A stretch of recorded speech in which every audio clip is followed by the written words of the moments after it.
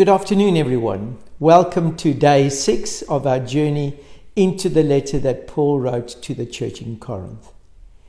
I would like to start off by drawing your attention to the fact that the next 3 chapters, chapter 5, chapter 6, and chapter 7, Paul addresses the sexual misconduct found basically in the church of Corinth. Today I'm going to look at chapter 5. And there are 2 points that I want to draw your attention to. The first one is found in verse 6. Don't you know that a little yeast leavens the whole batch of dough?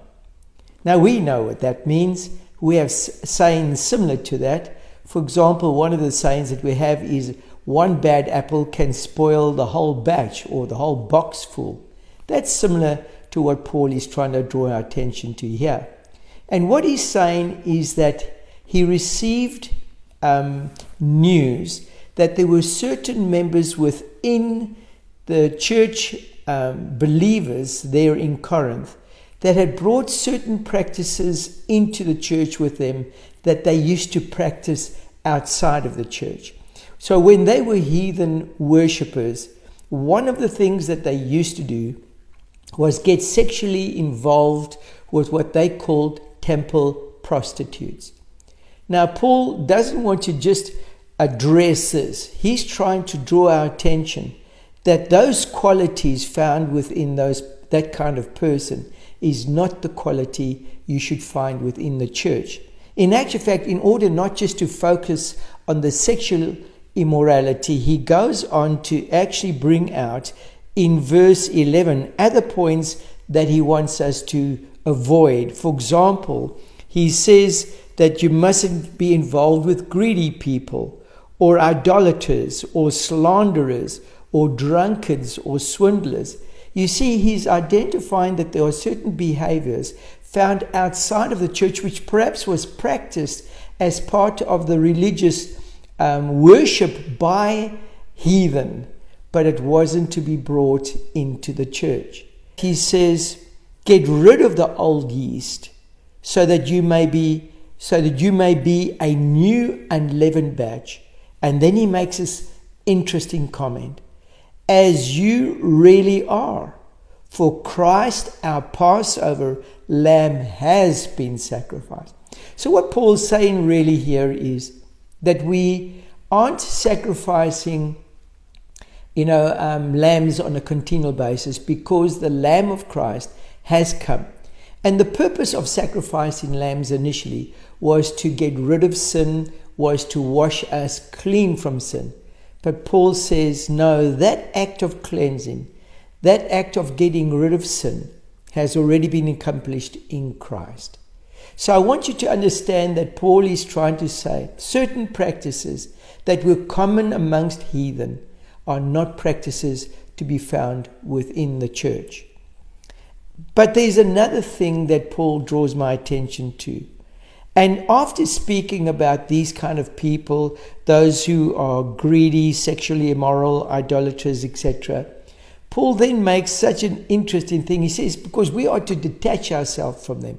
We are not to be part of them. So there's almost like this separation to be taken place. But Paul says, I'm not asking you to separate from one another within the church. I'm basically asking you to not associate or be part of those who do practice this. And it's a practice that's perhaps found outside of the church.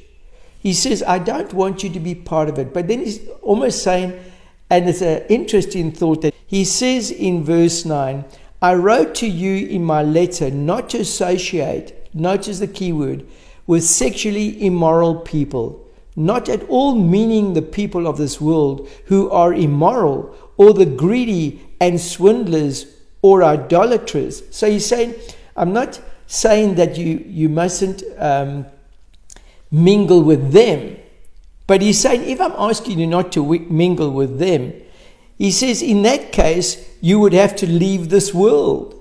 So he's saying, if I'm asking you to be separated from them, you can't be separated from them by not being mingling with them or not being there. He's saying you are in this world, and because you are in this world, you're going to have those people around you. But he says that kind of behavior should not be a behavior that's found within the Christian. Now, it's also interesting that when Paul talks about this concept that a little bit of leaven can affect the whole batch of dough, he then says in verse 7, get rid of the old yeast so that you may be a new unleavened batch as you really are. So Paul is trying to say, and I'm using this collectively as well as individually, that the you there means that we as individuals and as a church need to make it clear that we do not continue with certain practices that were, how can I say, ungodly. And that there's this old saying, birds of a feather flock together, and that if we are common in the way that we feel about certain of these practices, we should join together, because there's strength in unity, strength in groups of people. So Paul is trying to make it clear that we can't get away from them because we are in the world. It's like you are in a town, and in the town you get good people and bad people, and God's asking you to be a good person, but you can't separate yourselves from the people. They are there. They are in the world just as much as you are in the world. But I think in order to try and clarify this point that I think Paul is trying to make, I want you to go with me to Revelation chapter 18. In Revelation chapter 18, God is actually trying to ask us to do the same thing that Paul is asking us to do.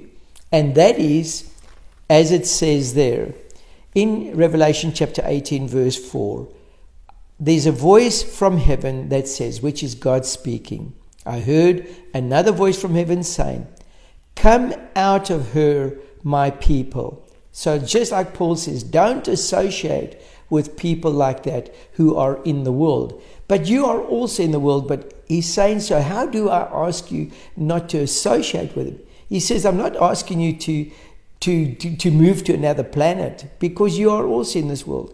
But then in this chapter in Revelation, I kind of get a clarity. Come out of her, my people, so that you will not share in her sins, so that you will not receive any of her plagues. So what is God saying here to us?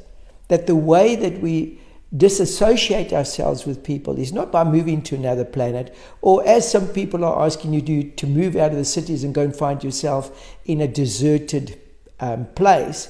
No, he's saying you are always going to be on planet Earth. And on planet Earth, you're going to get good and bad people. But I'm asking that where you as an individual find yourself, do not do the practices of those people. Don't allow that leaven to again be part of your life. It's going to affect your life. And then his counsel almost is that as a collective, find people who are wanting to live godly lives and associate with them, join up with them. And in so doing, you are separating yourself from those who practice evil.